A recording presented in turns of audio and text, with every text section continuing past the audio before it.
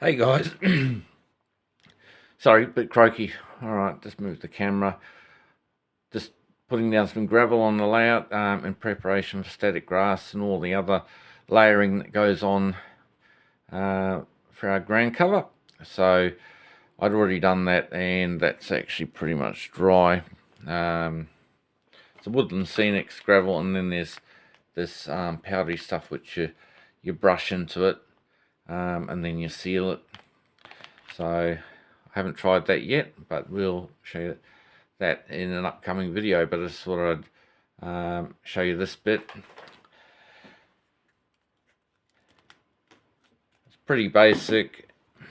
No one's going to really learn anything here, but I did say I would do a video log of the whole build as much as possible. So here you go. So for this I use Mod Podge as opposed to the PVA glue and water that I use for gluing the ballast down.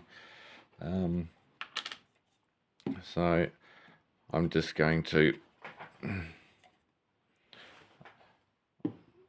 sorry, I was just thinking I've run out of paper towels, but normally I would get some paper towel and pop that on there, because it doesn't matter if it drips down on the gravel that's already there. There's a couple of wires which I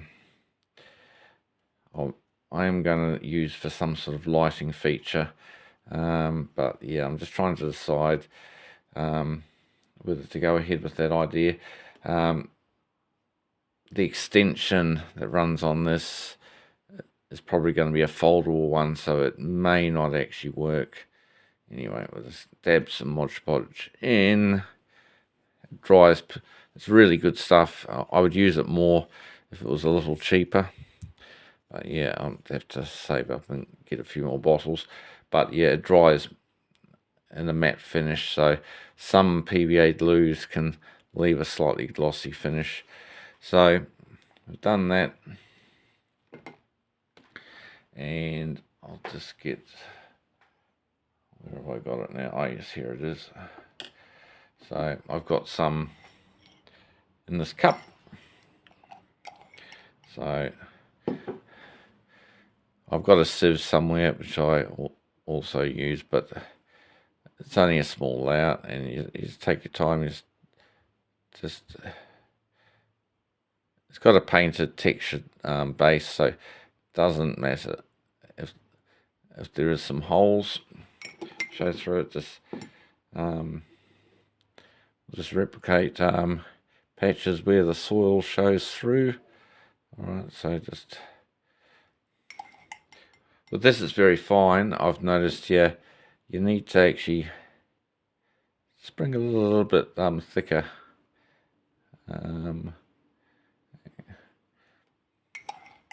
I probably actually did a little too thick actually, because it probably would look a bit better with more soil showing through. But that effect can be added later anyway, because I've got some sprinkle on the soil scatter material anyway, so which is not real soil from the garden.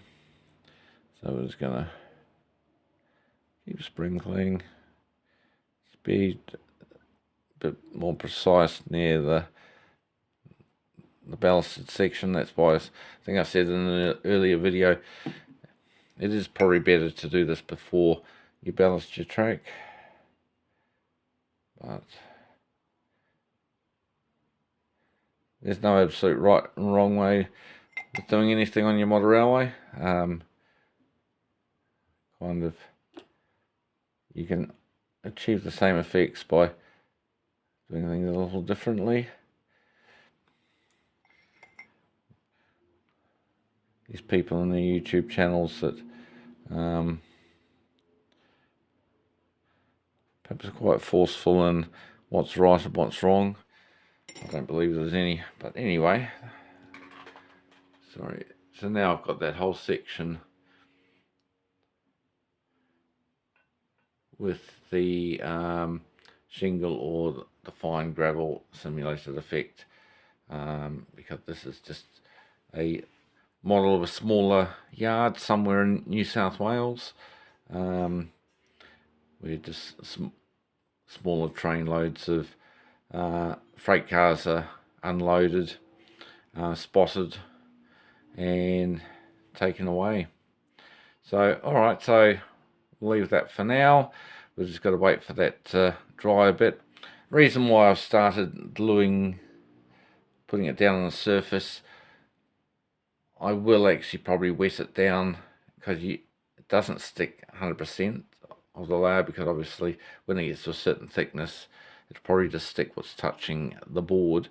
So, but it kind of stops it being displaced with the spray bottle. Maybe if you can find a really fine nozzle. Mine's a little bit hard, and sometimes it actually creates little potholes. So I found this as a way of sort of eliminating that. All right, that's just a very quick video on this one, and we'll come back with other scatters and materials that I put on top to get the final look. And just before I go, from the previous video, that newly laid piece of track up to that point, which has been replaced, I've just put the ballast. You can see slightly wet whitey area. I've just put the glue down, so that's in the process of drying now, and I have glued the uncut, the KD magnets. Alright guys, until next time, happy modelling, and don't forget to like, subscribe, and please share my video and help me grow the channel. Thanks for now. Okay guys, next part of this video, the gravel has dried all in this section here. It looks wet because it is wet again. With this, I think it's a Woodland Scenics product, it comes with this, it's almost like a weathering powder. So when that dries, it'll be a light dusty brown, so it actually will be quite good to simulate dry climates, like probably parts of Australia, California, things like that. So so I brushed it in with a dry brush to sort of form more of a dirty road section where near this track, where because it'll be an unloading area. So this is going to simulate like a team track where various different wagons that don't have an industry building or a loading dock to actually unload to, like this will be like a coal store or a frozen goods, a food company. So yeah, goods are frozen and leave by rail in refrigerated cars. Anyway, so that's what I've done there. I've just started putting down some green clumps, that one there, and these have just been tacked down with some PVA glue. Good idea, a tip, break them off, get them the shape you like, and just sort of plonk them down on some dry surface, and just have a play with how you like it to look, you know. Try different compositions, different arrangements, and just have a think about it for say 24 hours, 12 hours before you glue it down. So I'm reasonably happy with these.